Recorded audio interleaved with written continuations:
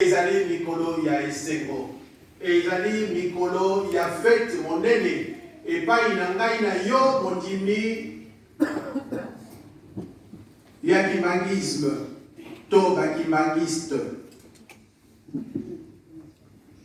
yango wana biso banso tosangani na mokolo na lelo mpe totangi Psaume 111 de 1 à 10. Psaume oyo batata ba mama tokokonda na fondation te toyebi ke na kati na makanda na tata nzambe tozali na Psaume 150 73 ekomami na David. Mais Psaume oyo totangi ezali parmi les 50 psaumes. Le 50 psaume oyo eyebanaki bakomami te. Mais epesamaki na David po ete ekokosanzola kombo ya tata nzambe. Moto ya komi yango le psalmiste ye azali kokumisa tata nzambe na maemanso nzambe asaleli ye na bénédiction mpe na miséricorde nyonso oyo amanifeste epai ya ye mpe ya bato oyo bakolingaka ye mpe bakobangaka ye. Ye na kati na loyembo azwi décision ya kosanzola kombo na tata nzambe non seulement à titre individuel mais aussi na kati na lisanga ya tata nzambe. Nous venons de lire le psaume 111 qui fait partie des 50 psaumes dont les personnes qui les ont écrits ne sont pas connues, mais qui font partie des 150 psaumes que nous avons et que nous lisons dans la Bible. Le psalmiste qui l'a écrit loue l'Éternel pour ses bénédictions et la miséricorde qu'il manifeste envers lui et envers ceux qui aiment Dieu et qui le craignent. Il a pris la décision de louer Dieu, non seulement à titre individuel, mais aussi dans l'assemblée, c'est-à-dire dans l'Église. C'est comme nous aussi aujourd'hui, nous venons pour louer, magnifier notre Dieu. Si nous venons le magnifier, nous venons le sanctifier, d'abord à titre individuel, mais collectivement dans l'Église. Nous avons chanté avec nos voix, avec nos instruments, pour magnifier notre Dieu. Mais qui est ce Dieu? Dans l'ancien temps, les gens ne connaissaient pas le nom de Dieu. Mais nous qui sommes ici, nous qui sommes kimbangistes, nous qui sommes les élus de Dieu, nous qui avons pris la place des enfants d'Israël, connaissons Dieu. Chers frères et sœurs, c'est une grande responsabilité. Et bien sûr, nous dirons aussi c'est un grand privilège. Puisque Dieu nous a élus, Dieu nous a choisis, Dieu nous a prédestinés pour que nous puissions le connaître. Pas simplement le connaître, mais Dieu nous a donné son identité. Tata, maman, ngai na yo tozali awa bato ebele bazali koluka nzambe. Tango ozali kotambola, ozali komona bato ebele bazali kobima na ntongo bazali kokende. Bazali kokende kosambela nzambe. Bazali koluka ye me ngai na yo awa tovandi tata mama toyebi nzambe. Non seulement toyebi nzambe, mais nzambe apesi biso identité na ye.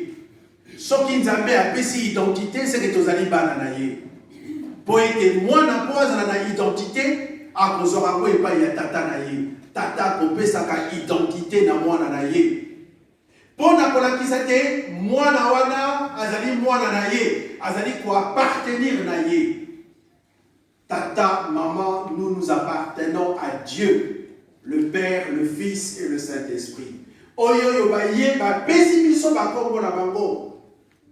Oyo yo lelo ngai na yo tozali kolata tolati oyo elatisi biso uniforme tozali na yango basusu na pembe basusu na vert blanc pour montrer la pureté de Dieu dans le blanc et le vert est le signe de l'espérance. Et puisque nous sommes ses enfants, il nous dit la jeunesse, puis cela commence des 0 à 99 ans, il dit c'est l'espoir du monde. Nous avons une lourde responsabilité qui nous est donnée. Parce que c'est toutes ces personnes qui prennent le métro, qui descendent, qui dépassent. Savez que nous connaissons les lieux de Dieu. Je pense que ces lieux sera tout petit. Et peut-être on va prier. On prendra peut-être le stade de France, il sera encore plus petit. Dans le verset 10 de ce psaume, le psalmiste nous dit la crainte de l'Éternel est le commencement de la sagesse. Même si à la fois il bénéficie de la bénédiction et de la miséricorde de Dieu, mais à éviter bobangi nzambe ezali ebandeli ya mayele. Tata, mama, bobangi nzambe ezali ebandeli ya mayele. Po ete soki ngai na yo tozali na bomoi, soki ngai na yo tozali ezali po ete nzambe azali. Soki biloko nyonso na mokili ezali esalameli na nzambe ya wana elobami esengeli tobanga nzambe. Me kobanga nzambe ndenge nini? Batata na bamama, ngai na kobangaka nzambe ndenge nini? Yo kobangaka nzambe ndenge nini? Po ete tokoka kobanga nzambe ndenge elongo bani? Tata nzambe apesi biso mibeko.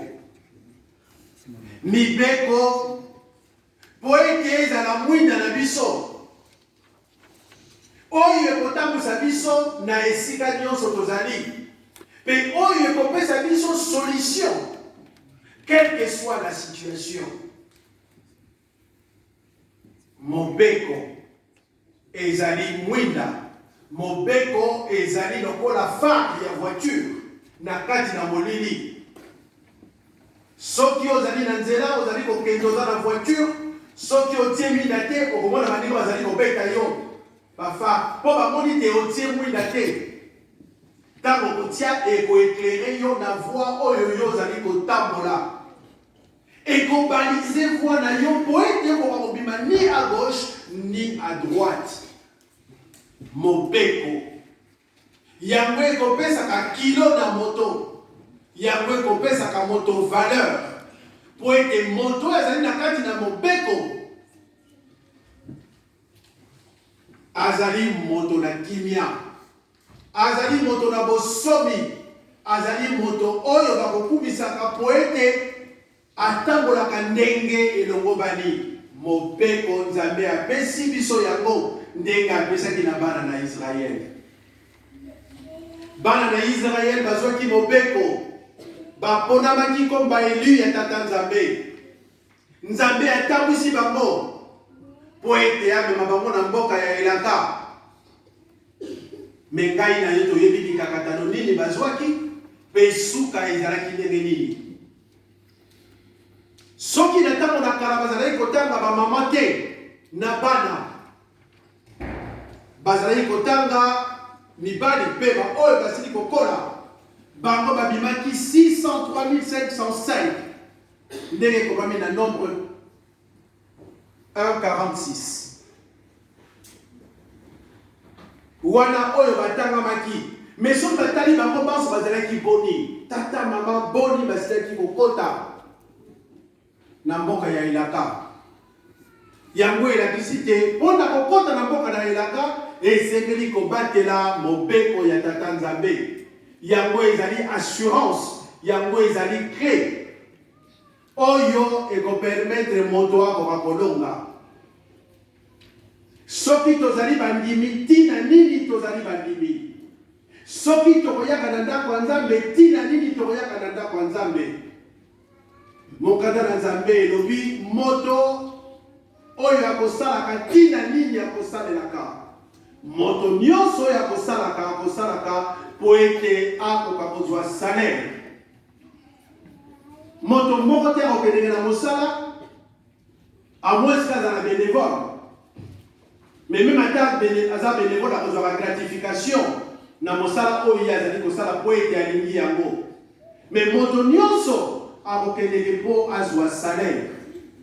Tata, maman, ngai na yo tozali bana ya papa Simon Kimbangu Kiangani.